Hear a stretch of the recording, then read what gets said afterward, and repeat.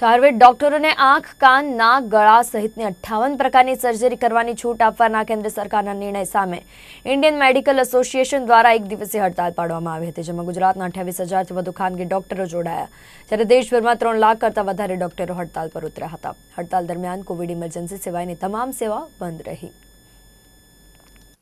Indian medical association દ્વારા CCIM એક્ટના વિરોધમાં તબીબો હડતાળ પર ઉતર્યા હતા.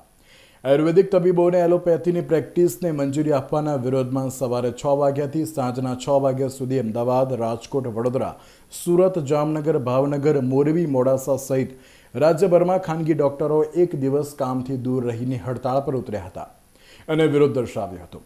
રાજકોટ IMAના પ્રમુખે જણાવ્યું હતું કે સરકારના આ નિર્ણયથી આયુર્વેદિક અને એલોપેથી બંને તબીબોને નુકસાન થાય તેમ છે, જેની સામે અમારો વિરોધ છે.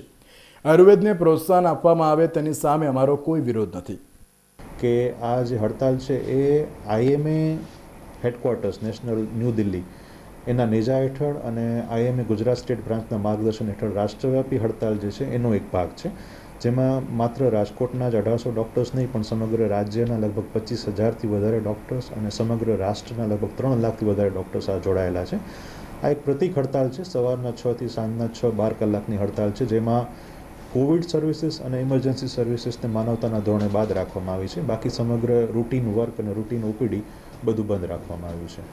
આનું મુખ્ય કારણ એ છે કે અત્યારે જે પ્રયત્નો ચાલી રહ્યા છે કે આયુર્વેદ અને એલોપેથી બંનેને મિક્સ કરીને એક નવી ચિકિત્સા પદ્ધતિ અપનાવવાના એનો અમારો વિરોધ છે.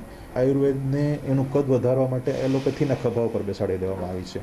હવે આવું ક્યાં સુધી ચાલી શકે? અલ્ટિમેટલી તો બંને ધરાશાયી થશે અને અલ્ટિમેટલી બંનેની પોતાની ઓરિજિનાલિટી ગુમાવી બેસશે અને એક નવી ચિકિત્સા પદ્ધતિ જેને કહેવાય મિક્સ અને ખીચડી બનશે.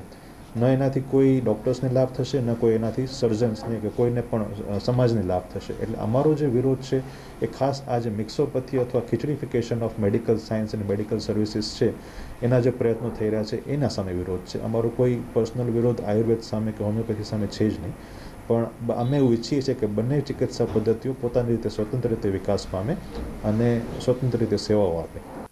સુરતમાં 3500, રાજકોટના 1800 જેટલા તબીબો, જામનગરના 550થી વધુ તબીબો સહિત રાજ્યભરમાંથી 28,000થી વધુ ખાનગી ડોક્ટરોએ એલોપેથીમાં આયુર્વેદિક ચિકિત્સા પદ્ધતિ ભેળવી મિક્સોપેથી સામાન્ય નાગરિકના જાહેર આરોગ્ય સામે ખતરારૂપ હોવાની આશંકા જતાવતા વિરોધ પ્રદર્શન કરી એક દિવસીય હડતાળનો માર્ગ અપનાવ્યો હતો અને સરકાર તરફથી જલ્દી આ અંગે ફેરવિચાર ન થાય તો દેશભરમાં વધુ આંદોલન કરવાની પણ ચીમકી ઉચ્ચારવામાં આવી હતી. બ્યુરો રિપોર્ટ, નિર્માણ ન્યૂઝ.